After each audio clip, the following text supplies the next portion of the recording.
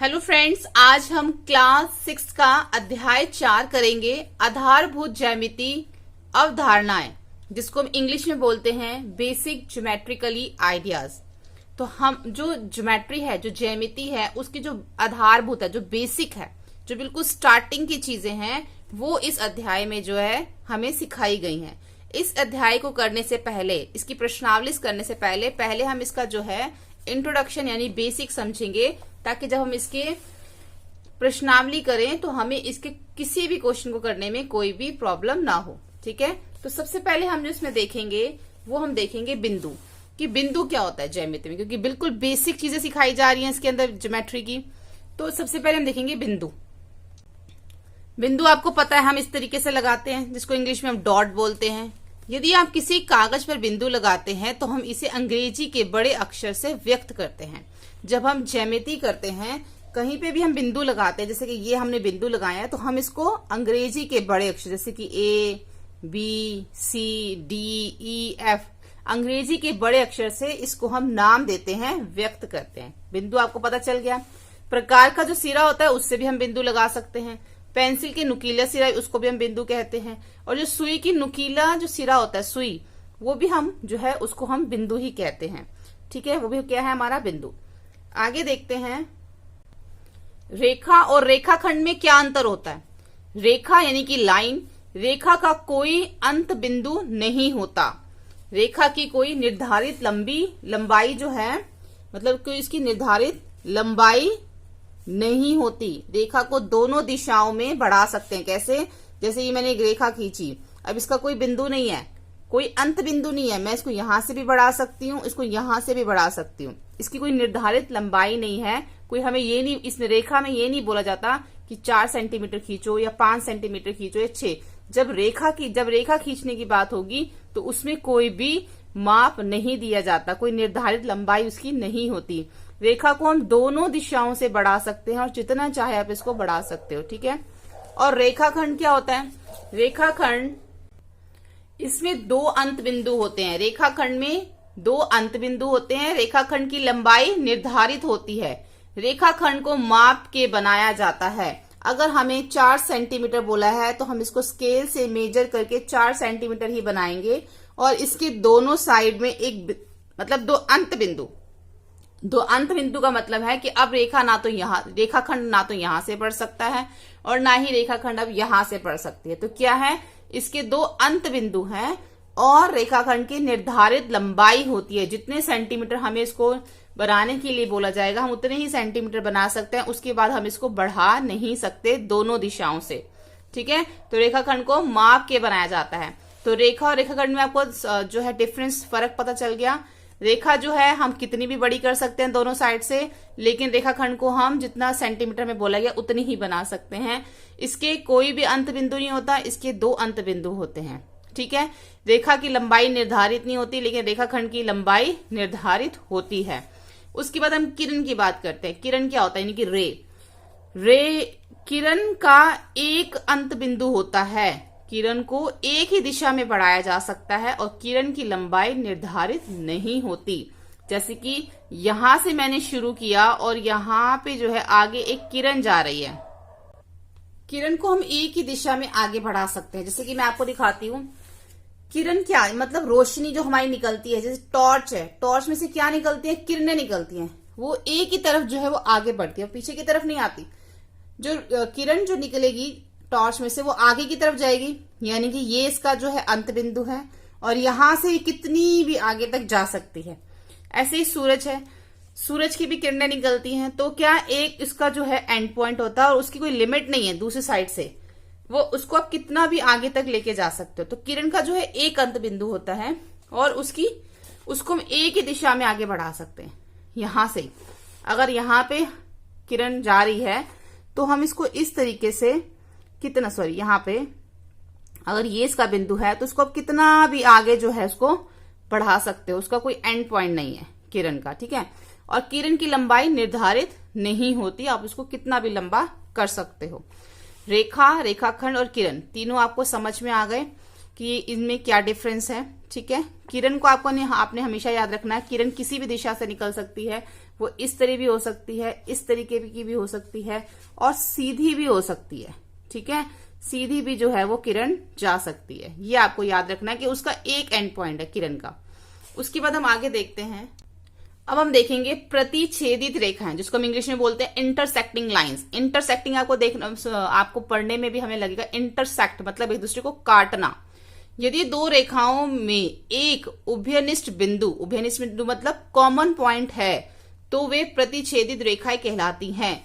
जैसे कि दो रेखाओं में, ये एक रेखा है, एक रेखा ये है, ये दोनों क्या कर रही है, एक उभयनिष्ठ यानी कि एक पॉइंट के ऊपर जो है ये क्या कर रही हैं, एक दूसरे को काट रही हैं। यदि दो रेखाएं एक उभयनिष्ठ बिंदु हो, उसका एक उभयनिष्ठ बिंदु हो, यानी कि दो रेखाएं हैं, ये रेखा है और ये रेखा है। ठीक है, अब इसका कोई उभयनिष्ठ बिंदु है, कोई कॉमन पॉइंट है, नहीं है, तो इट मीन्स ये प्रतिच्छेदित रेखाएं नहीं है। अगर हम ये बना रहे हैं ऐसे, तो ये एक रेखा है और ये दूसरी रेखा, और ये एक उभयनिष्ठ, इसका एक उभयनिष्ठ यानी कि एक कॉमन पॉइंट है जिसके ऊपर ये दोनों काट रही हैं एक ही पॉइंट के ऊपर, तो ये प्रतिच्छेदित रेखाएं हैं।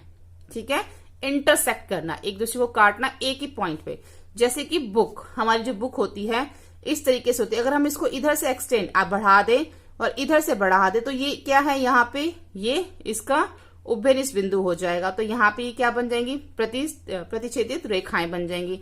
हम जो एक्स लिखते हैं अल्फाबेट्स के अंदर ABCD में, तो वो भी क्या करता है, प्रतिच्छेदित रेखाएं हैं। जो हमारी सड़क होती है, यहाँ पे मैं आपको दिखाती हूँ, ये जो है परस्पर कटती हुई सड़कें, हमारे जो हम किसी भी मेन रोड पे जाते हैं और उसकी जो 4 साइड्स होती हैं, तो उसके बीच में एक चौराहा होता है, उसकी चारों तरफ से जो है सड़क जा रही होती है। तो वो जो चौराहा होता है, जो बीच की सड़क होती है, उस पर क्या कर रहा होता है, ये देखो, ये रास्ता इधर से आ रहा है और ये रास्ता इधर से आ रहा है, तो ये बीच में क्या है, बीच में एक उभयनिष्ठ बिंदु हमारा बन रहा है। तो उभयनिष्ठ बिंदु बन रहा है, तो इट मीन्स ये हमारी प्रतिच्छेदित रेखाएं यहाँ पे ये है। प्रतिच्छेदित रेखा का सिर्फ आपने इतना ध्यान रखना है कि वो किसी एक पॉइंट पे, कॉमन पॉइंट पे अगर कट कर रही हैं, तो वो हमारी इंटरसेक्टिंग लाइंस है। उसके बाद हम देख लेते हैं समांतर रेखाएं। समांतर रेखाएं मतलब पैरेलल लाइंस। ठीक है, अब समांतर रेखाएं वो होती हैं जो किसी एक उभयनिष्ठ पे काटती नहीं है, वो एक साथ चलती हैं। समांतर रेखाएं जैसे कि रेल की पटरी, रेल की पटरी जो है वो एक साथ चलती है, वो कहीं पे भी आगे जाके इस तरीके से मिलती नहीं है। तो जो रेखाएं आगे जाके एक दूसरे को मिलती नहीं है, एक दूसरे को काटती नहीं है, तो वो रेखाएं समांतर रेखाएं होती हैं। ऐसी रेखाएं जो प्रतिच्छेद नहीं करती, जो इंटरसेक्ट नहीं करती, वह समांतर रेखाएं होती हैं। आपके घर में टेबल होगा या डोर होता है, तो डोर की जो दोनों साइड्स होती हैं वो क्या है, वो आगे की, अगर आप उसको बढ़ाना चाहो तो आगे की तरफ बढ़ाओगे, वो कहीं जाके मिलेंगी नहीं।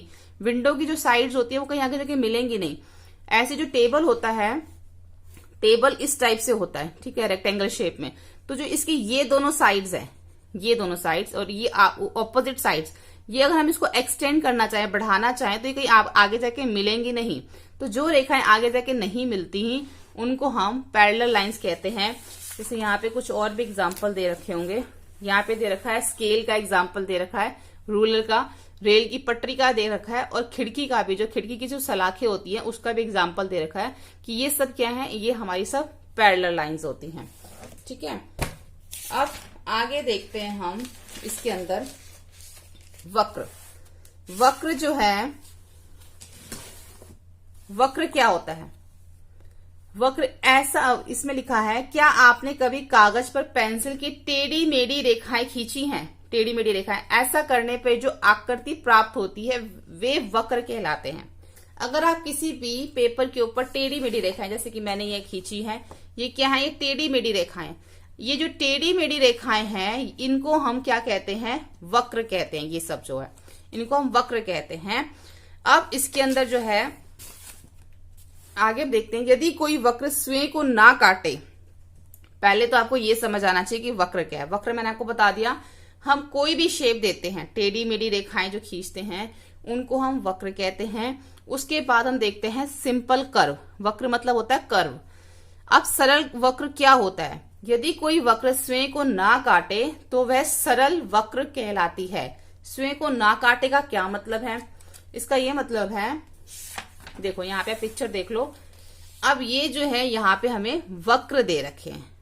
अब इसके अंदर स्वयं को कौन सा वक्र काट रहा है? थर्ड वाला, जो यहाँ पे एक दूसरे को काट रहा है, और ये हमारा सेवेंथ वाला, सातवां, ये भी यहाँ पर काट रहा है, और थर्ड वाला यहाँ पर काट रहा है। तो जो एक दूसरे को नहीं काटते लेकिन ये तो काट रहा है, इसका मतलब ये दोनों वक्र नहीं है, सिंपल कर्व ये नहीं है, ये दोनों वक्र नहीं है क्योंकि एक दूसरे को काट रही हैं। तो वक्र कौन सा हो गया? First, third, fourth. देखो ये भी हमारा वक्र है, इसके अंदर जो हमें समझाया जा रहा है, ये जो हमने सीधी लाइन खींच रखी है, टेढ़ी मेढ़ी रेखाएं, कोई भी रेखा अगर आप खींचते हो उसको हम कर्व कह सकते हैं, वक्र कह सकते हैं। तो ये भी हमारा वक्र है क्योंकि कहीं पे एक दूसरे को नहीं काट रहा। फिफ्थ वाला, पांचवा भी वक्र है और छठवां भी हमारा वक्र है। ठीक है, उसके बाद बात होती है वक्र एक खुली यानी कि ओपन कर्व, और वक्र एक बंद यानी कि क्लोज्ड कर्व। अब ओपन कर्व कौन सा है, खुला हुआ वक्र कौन सा है? जो इस तरीके से खुला हुआ है। अब ये क्या है? ये बंद है, ये कहीं से खुला हुआ नहीं है। तो पहला वाला क्या है? खुला हुआ वक्र। दूसरा वाला हमारा बंद वक्र है। उसके बाद थर्ड तो वक्र ही नहीं है हमारा, क्योंकि वो तो काट रहा है, ये तो वक्र ही नहीं है, ना तो ये वक्र है और ना ही ये वक्र है। इन दोनों की तो बात ही नहीं होगी खुले और बंद वक्र में। खुला हुआ वक्र हमारा पहला है, और फोर्थ चौथा भी है क्योंकि ये खुला हुआ है। उसके बाद पांचवा वक्र भी जो है ये हमारा खुला हुआ वक्र है। ठीक है, उसके बाद बंद वक्र कौन सा है? बंद में हमारा कौन सा आ जाता है? दूसरा और छठवां, ये दोनों जो है हमारा बंद वक्र है। ठीक है, ये चीज आपको समझनी है। यहाँ पे इस आकृति में भी समझाया हुआ कि अगर एक ये दो इन दोनों वक्रों की बात हो तो जो पहला वक्र है वो खुला हुआ है और जो दूसरा वक्र है वो बंद है, सभी जो है सारी साइड से जो है ये बंद है। ठीक है, आपको ये वक्र भी समझ में आ गया। तो यहाँ पे हमें एक आकृति दे रखी है, इस आकृति की स्थिति को हमें समझना। देखो एक टेनिस कोर्ट में कोर्ट रेखा उसे 3 भागों में बांटती है। ठीक है, ये हमें एक टेनिस कोर्ट दे रखा है, इसको ये 3 भागों में बांट दिया। ये भाग है रेखा के और रेखा पर और रेखा की दूसरी ओर, यानी कि ये जो रेखा हमें दे रखी है, एक तो रेखा के ऊपर बिंदु है। ठीक है, और क्या है, ये जो हमें ये आकृति दे रखी है, इस आकृति के अंदर बिंदु है, और एक इस आकृति के बाहर बिंदु है। इसको क्या बोला हुआ है? वक्र का अभ्यंतर यानी कि इंटीरियर पॉइंट। अंदर का मतलब अभ्यंतर बोला, इसको बोला है परिसीमा।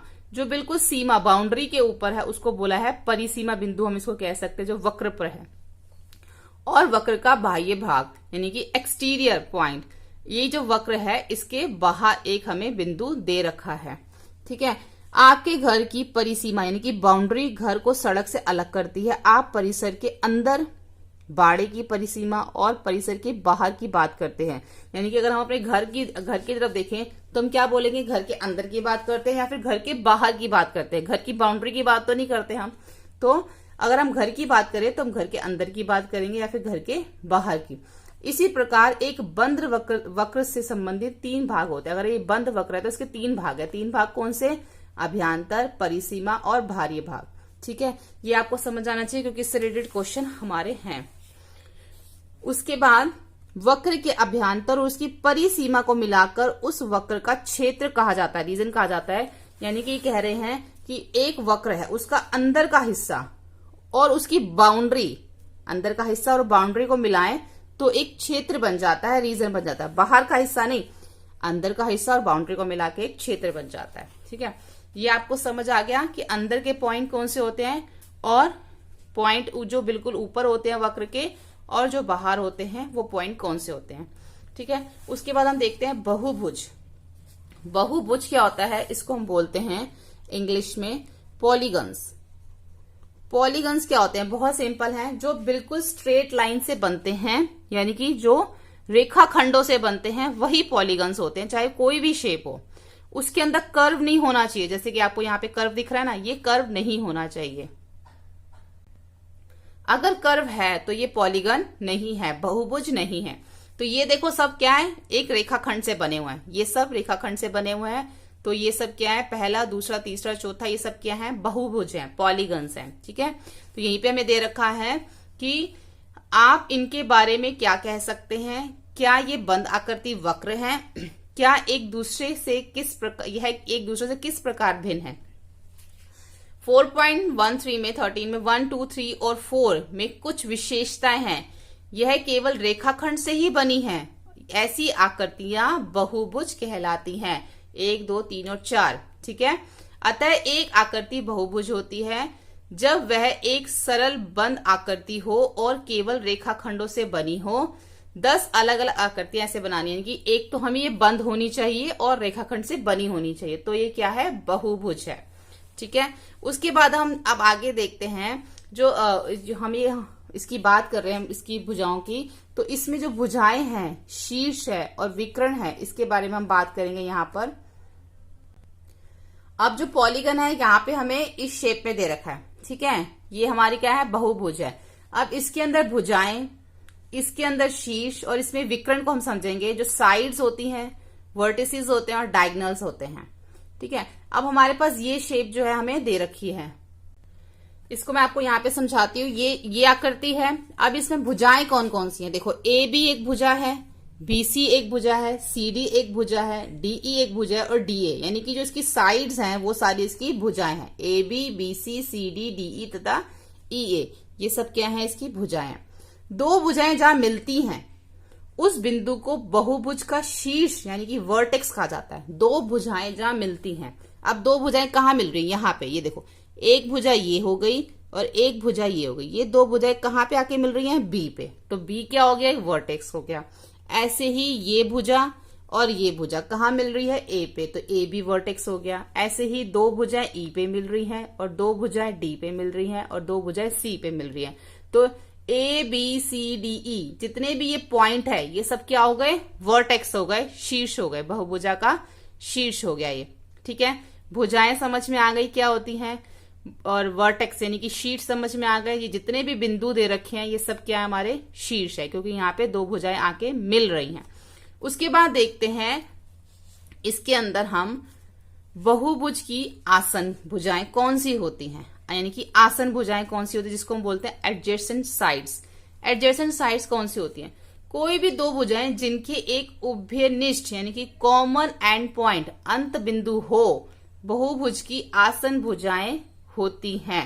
यानी कि दो भुजाओं में एक उभयनिष्ठ मतलब एक कॉमन एंड पॉइंट हो तो वो बिंदु की एडजेसेंट साइड्स होती हैं। जैसे कि हम A लेते हैं। अब A बिंदु से दो भुजाएं जा रही है, AE और AB, ये दो भुजाएं जा रही है ना, तो AB और AE क्या है, आसन भुजाएं हैं, एडजेसेंट साइड्स हैं, जो एक ही बिंदु से निकलती हैं। A से AE भी निकल रही है, A से AB भी निकल रही है। ये दोनों क्या हो गई, AB और AE, ये दोनों क्या है, एडजेसेंट साइड्स हैं। ऐसे ही B बिंदु से कौन सी निकल रही है, AB और BC, तो AB और BC भी क्या हो गई, हमारी आसन भुजाएं हो गई। ऐसे ही C से कौन सी निकल रही है, BC और CD निकल रही है, तो ये दोनों भी हमारी कौन सी हो गई, आसन भुजाएं हो गई। ऐसे ही हमारी D से कौन सी निकल रही है, DC और DE, तो ये दोनों भी हमारी कौन सी भुजाएं हो गई, आसन भुजाएं हो गई। ठीक है।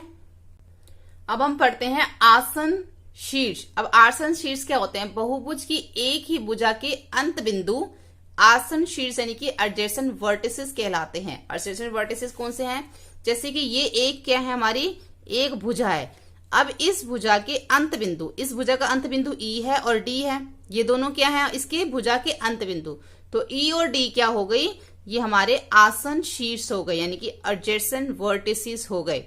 E और D जो है क्या है, हमारे आसन शीर्ष हैं, जो एक भुजा के दो अंत बिंदु होते हैं। इसको हम लिख सकते हैं E और D, ऐसे करके हम जब हमें लिखने को बोला जाएगा तो हम इसको ऐसे लिख सकते हैं।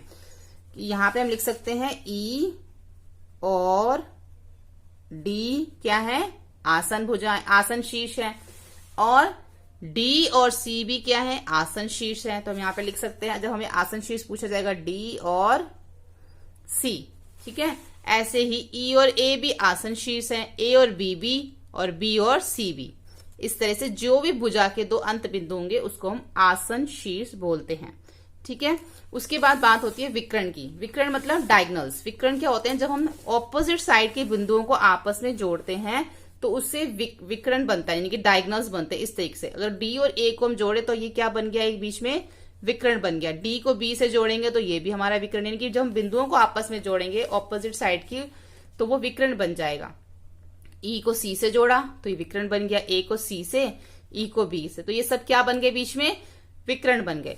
तो यहां पे भी दे रखा ना A C, A D, B D, BE और सीई, ये सब क्या है, बहुभुज के विकर्ण है। ठीक है, ये सब हमारे विकर्ण हैं। उसके बाद हम आगे देखते हैं अब कोण। कोण को पढ़ेंगे कि कोण क्या होता है, जिसको हम इंग्लिश में बोलते हैं एंगल्स। एंगल्स कैसे बनते हैं? कोण बनाने के लिए पहले हमें सबसे पहले एक हमारा क्या होता है, हमारा एक होता है वर्टेक्स, जिसको हम हिंदी में बोलते हैं शीर्ष। वर्टेक्स के दो भुजाएं होती हैं, जिसको हम ऐसे, जिसको इंग्लिश में बोलते हैं आर्म। ये दो भुजाएं होती हैं। जब एक शीर्ष से दो भुजाएं निकलती हैं, जिसको हम किरण भी कह सकते हैं, दो किरणें निकलती हैं, दो रेज निकलती हैं, तो हमारा एक क्या बन जाता है, कोण बन जाता है। फिर हम इसको एक नाम दे देते हैं ए, यहाँ पे नाम दे दिया बी और यहाँ पे नाम दे दिया सी, कि हमने नेम दे दिया इस कोण को। नहीं तो आप इसको इस तरीके से बना के ए ओ बी, ये भी नाम दे सकते हो, ये भी नाम हो सकता है, ये भी एक कोण बन गया। एक शीर्ष से दो भुजाएं जब निकलती हैं, या फिर एक शीर्ष से जब भुजाएं निकलती हैं, कितनी भी भुजाएं निकल सकती हैं, तो हमारा कोण बनता है। अभी मैं आपको आगे बताऊंगी। अभी हमारा ए बी सी एक कोण बन गया। इसको हम कैसे लिखेंगे, ये हम इसको कोण का चिन्ह लगाएंगे, लिखेंगे ए बी सी, कोण ए बी सी, या फिर आप इसको कोण सी बी ए बी लिख सकते हो। बी हमारा बीच में आ रहा है तो कोण हमारा बन भी बीच में रहना है, मतलब कोण हमारा बी है। जो हमारा बीच में आता है अल्फाबेट, जो अक्षर हमारा बीच में आता है, तो हम उसी कोण की बात करते हैं। तो यहाँ पे बी हमारा क्या है, कोण है, इसलिए ये बीच में आया है। अब इसके बाद दूसरा कोण आप देखिए यहाँ पे, जैसे मैंने आपको ये तो समझा दिया इस तरीके से बना के, जैसे पी ओ क्यू एक कोण है इसके अंदर, ठीक है। तो ओ एक शीर्ष है, जिसमें से ओपी एक क्या है, भुजा है, और ओ क्यू भी क्या है, एक भुजा है, जिसको हम किरण भी कह सकते हैं। उसके बाद हम दूसरा बताते हैं आपको कि इसके अंदर इस तरीके से भी जो है, एक ही शीर्ष से हम इस तरीके से भी कोण बना सकते हैं। देखो इसमें दो कोण बन रहे हैं, एक तो बन रहा है ए पी बी, ये एक कोण बन रहा है ये वाला। दूसरा बन रहा है पी बी सी, ये भी हमारा एक कोण बन रहा है, यानी कि एक ही शीट से हमने इसमें दो कोण बन रहे हैं। एक हमारा ए पी बी, एक हमारा कोण ये हो गया और दूसरा कोण हमारा ये, दो कोण हो गए हमारे, ठीक है। तो यहाँ पे भी हमें यही समझाया जा रहा है कि हम एक शीट से दो कोण किस तरीके से बना सकते हैं, यहाँ पे यही लिखा हुआ है, ठीक है। ये आपको कोण समझ आ गया कि किस तरीके से बनते हैं। उसके बाद कुछ कोण के अंदर यहाँ पे कुछ पॉइंट्स हैं, जैसे कि हमने उसमें पहली वाली आकृति में भी पढ़ा था कि कुछ बिंदु होते हैं जो हमारे कोण के अंदर होते हैं, कुछ कोण के ऊपर होते हैं और कुछ कोण के बाहर होते हैं, यानी कि अभ्यंतर, बाह्य भाग और जो इसकी परिसीमा के ऊपर होते हैं, जो इसकी भुजाओं के ऊपर होते हैं, वो हमारे इसके बिंदु हैं। देखो यहाँ पे लिखा हुआ है एक्स कोण के अभ्यंतर स्थित, एक्स अंदर है, जेड जो है कोण के अभ्यंतर स्थित, मतलब अंदर नहीं है वो, उसके बाहर स्थित है, बाह्य भाग है, ठीक है। और इसी तरीके से जो एस है, जो एस बिंदु है वो पी ओ आर, ये जो एस बिंदु है एंगल कोण पी क्यू आर के ऊपर स्थित है, ठीक है।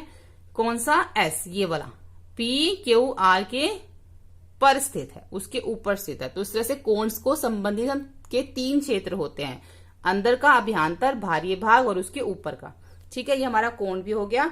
अब हम आगे देखेंगे त्रिभुज। त्रिभुज क्या होता है? त्रिभुज देखो, एक तीन भुजाओं वाला बहुभुज। बहुभुज मैंने आपको बताया था पॉलीगन जो भुजाओं से बनता है, तीन भुजाओं वाला। अब जो ट्रायंगल है वो तीन भुजाओं से बनता है, तो ये भी हमारा एक बहुभुज है, और क्योंकि हमारे रेखाखंड से बनता है। एक तीन भुजाओं वाला बहुभुज वास्तव में सबसे कम भुजाओं वाला बहुभुज होता है। ये वो बहुभुज होता है जिसमें सबसे कम भुजाएं होती हैं, ठीक है। तो ये हमारा ट्रायंगल है, इसको हमने नेम दे दिया ए बी और सी। तो इसका चिन्ह क्या होता है, इस तरीके से हम इसको लिखेंगे ट्रायंगल ए बी सी, यानी कि त्रिभुज ए बी सी, हम इसको इस तरीके से लिखेंगे। ए बी क्या है, भुजा है, AC भी भुजा है, BC भी भुजा है। ठीक है, अब इसमें 3 एंगल भी बनते हैं। ट्राइंगल के अंदर 3 भुजाएं होती हैं और 3 ही जो है इसके अंदर कोण भी बनते हैं। पहला कोण कौन सा है? ABC, यानी कि पहला कोण हो गया हमारा B। दूसरा कोण हमने बोल दिया इसके अंदर BCA, ऐसे बोल सकते हो BCA। अब C बीच में आ गया, देखो यहाँ पे दे रखा है कोण BAC। जो भी हमारा अक्षर बीच में आएगा उसी कोण की बात होगी। अब कोण BAC बोला तो A की बात हो रही है, उसके बाद BCA बोला है तो C की बात हो रही है, उसके बाद ABC बोला है तो B की बात हो रही है। यानी कि ABC इस त्रिभुज के शीर्ष कहलाते हैं, इस त्रिभुज के वर्टेक्स कहलाते हैं। 3 कोण है इसके अंदर, 3 ही हम इसमें कह सकते हैं शीर्ष है और 3 ही त्रिभुज के अंदर भुजाएं होती हैं। और वैसे ही जैसे अभी तक हमने पढ़ा, इसके जो बिंदु हैं, इसका अभ्यंतर भाग, इसका बाहरी भाग और इसका ऊपर का, इसको भी 3 उसमें बांटा गया है, अभ्यंतर, बाहरी भाग और त्रिभुज के ऊपर का। ठीक है, ये हमने त्रिभुज समझ लिया। अब हम देखते हैं चतुर्भुज। अब हम देखेंगे कि चतुर्भुज क्या होता है। देखो, चतुर्भुज जिसमें 4 भुजाएं होती हैं। अगर हम बोलें कि त्रिभुज एक चतुर्भुज है, नहीं, क्योंकि उसकी तो 3 ही साइड्स होती हैं। वो एक बहुभुज है, पॉलीगन है, लेकिन वो चतुर्भुज यानी कि क्वाड्रिलेटर वो नहीं है। जिसकी भी 4 साइड हो, चाहे वो हमारा आयत हो, चाहे वो हमारा वर्ग हो, जिसकी 4 साइड्स होती हैं, 4 भुजाएं होती हैं, वो ही हमारा चतुर्भुज होता है। ठीक है, जैसे यहाँ पे हम एक चतुर्भुज ये आकृति में दे रखा है ABCD, इसकी 4 भुजाएं ABCD, CD और DA यहाँ पे दे रखी है। अब इसके अंदर 4 ही कोण बन रहे हैं। ठीक है, कैसे? A हमारा कोण है, B भी कोण है, C भी कोण है और ये D भी कोण है। देखो कोण के इसमें आगे चिन्ह भी लगे हुए हैं। ठीक है, भुजाओं के ऊपर भी उसके चिन्ह लगे हुए रेखाखंड के। ये हमारी 4 भुजाएं हैं और 4 ही इसके अंदर कोण होते हैं। किसमें? चतुर्भुज में 4 भुजाएं और 4 कोण होते हैं। ठीक है, आपको यही समझना है। अब हम देखेंगे चतुर्भुज के अंदर जो है सम्मुख भुजाएं कौन सी होती हैं, सम्मुख कोण कौन से होते हैं और आसन कोण कौन से होते हैं। सबसे पहले देखते हैं सम्मुख भुजाएं, जिसको हम बोलते हैं ऑपोजिट साइड्स, उल्टी साइड उसकी। अगर हम AB की बात करें तो AB के जो बिल्कुल सम्मुख है वो है DC। ठीक है, अगर हम CB की बात करें तो CB के सम्मुख क्या है? DA या AD आप बोल सकते हो। ये इसकी सम्मुख भुजाएं यानी कि ऑपोजिट साइड्स है। सम्मुख भुजाएं पता चल गई। ऐसे ही सम्मुख कोण होते हैं, यानी कि बिल्कुल ऑपोजिट कोण। A का जो सम्मुख है वो C है और जो D का सम्मुख है वो B है, ऑपोजिट साइड्स। अब हम देखेंगे एडजेसेंट एंगल कौन से होते हैं, एंगल्स की बात करेंगे अब हम। अब इसमें जो है आसन कोण कौन सा है? A का जो आसन कोण है वो है हमारा B। A और B जो है आसन कोण है। जैसे कि आपको मैंने पहले भी समझाया था कि एक भुजाओं के जो 2 अंत बिंदु होते हैं वो हमारे इसमें क्या बन जाते हैं? आसन कोण बन जाते हैं। नहीं तो हम इसको आसन शीर्ष भी कह सकते हैं।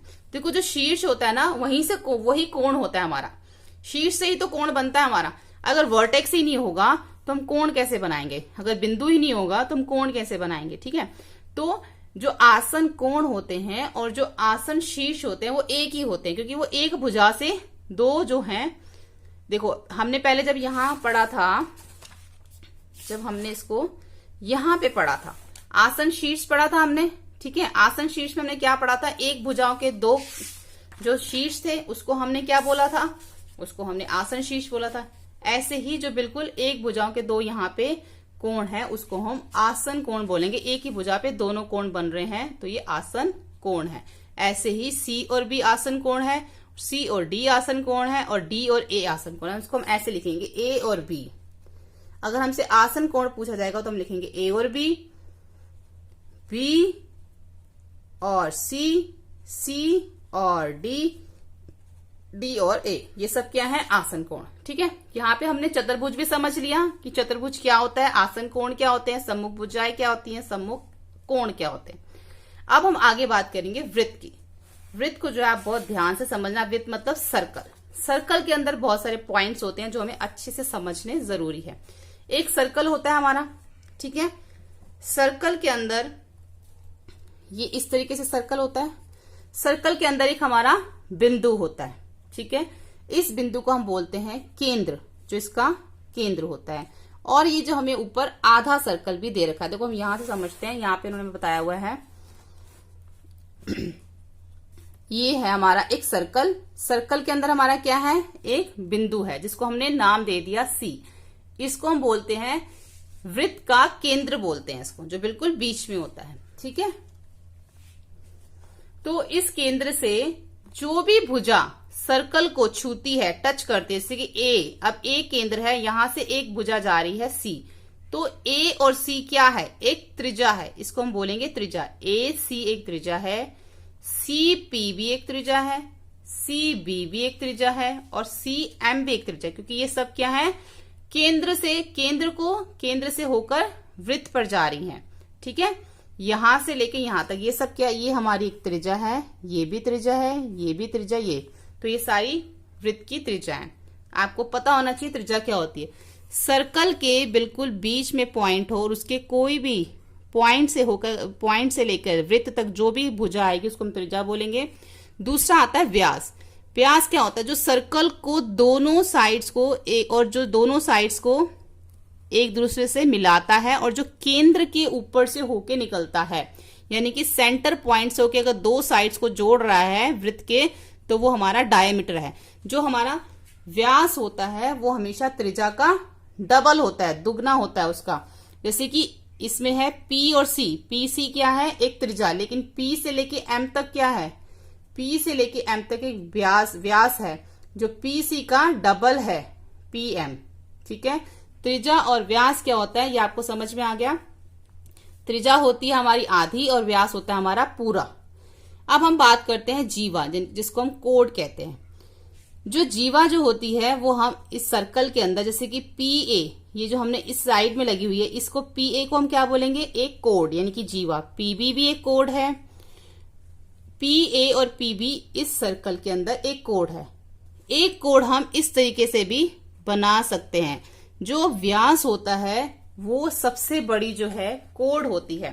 ठीक है, ये हमारी छोटी छोटी कोड्स है जो हम साइड में लगा रहे हैं, PA, PB, लेकिन PM को भी हम कोड कह सकते हैं, क्योंकि जो जीवा होती है वो सबसे बड़ी जो कोड होती है वो हमारी इस तरीके से लगती है, यानी कि व्यास को भी हम जीवा कहते हैं। ठीक है, यानी कि जो डायमीटर होता है वो भी कोड होता है, कोड ये सबसे बड़ी कोड होती है। ठीक है, तो आपको समझ में आ गया जो जीवा है वो क्या होती है। यानी कि सर्कल के अंदर इस तरीके से हम किसी भी साइड में अगर दो पॉइंट्स को आपस में जोड़ते हैं, जैसे कि यहाँ पे मैंने A और B ये दो पॉइंट ले लिए और इन दोनों पॉइंट को आपस में जोड़ दिया, तो ये हमारी जीवा बन जाती है। अगर मैंने ये दो पॉइंट ले लिए और इन दोनों पॉइंट को आपस में जोड़ दिया और सेंटर से होकर निकल रहा है, तो ये भी हमारी एक कोड है जिसको हम व्यास भी कहते हैं। ठीक है, उसके बाद हम बात करते हैं इसके ऊपर चाप की, कि चाप क्या होता है। अब जो वृत्त होता है, वृत्त के किसी भी भाग में इस तरीके से चाप लगी हो सकती है, ऐसे इस साइड भी हो सकती है, इस साइड भी हो सकती है। ये क्या है, वृत्त के बिल्कुल ऊपर है, अंदर या बाहर नहीं है। अब वृत्त के ऊपर दो बिंदु है, एक P और Q, उसको ये इस तरीके से आपस में जोड़ रही है, तो ये क्या है, एक चाप है। इस तरीके से हम वृत्त के ऊपर चाप लगाते हैं। ठीक है, अंदर नहीं, अभ्यंतर भी नहीं, बाहरी भाग भी नहीं, वृत्त के ऊपर जो है एक आर्क लगती है जिसको हम चाप कहते हैं। अब हम देखते हैं त्रिज्या खंड क्या होता है और वृत्त खंड क्या होता है, ये भी आपको जो है ध्यान से समझना है। त्रिज्या खंड क्या है, त्रिज्या खंड वो होता है जिसके अंदर हमारी त्रिज्या होती है। जैसे कि देखो, अब ये हमारा सर्कल है, ये हमारा वृत्त है, इसके ऊपर एक चाप, यहाँ पे उन्होंने बना नहीं रखी, इसके ऊपर एक चाप अगर मैं लगा दूं, ठीक है, और इसके साथ अगर मैं दो त्रिज्याएं इस तरीके से खींच दूं, तो ये हमारा बन जाएगा त्रिज्या खंड, जिसमें एक चाप और दो त्रिज्याएं होती हैं, वो हमारा त्रिज्या खंड कहलाता है। वृत्तीय क्षेत्र का वह भाग जो दो त्रिज्याओं का और संगत चाप के से घिरकर, यानी कि दो त्रिज्याएं होनी चाहिए और एक चाप बनाता है, तो वह त्रिज्या खंड। जैसे कि हमने बनाया, इसके अंदर दो त्रिज्याएं और एक चाप, तो ये क्या बन गया, त्रिज्या खंड। अब हम देखते हैं वृत्त खंड क्या होता है। वृत्त खंड के अंदर वृत्त की एक जीवा और संगत चाप से घिरा वृत्तीय क्षेत्र का भाग एक वृत्त खंड कहलाता है।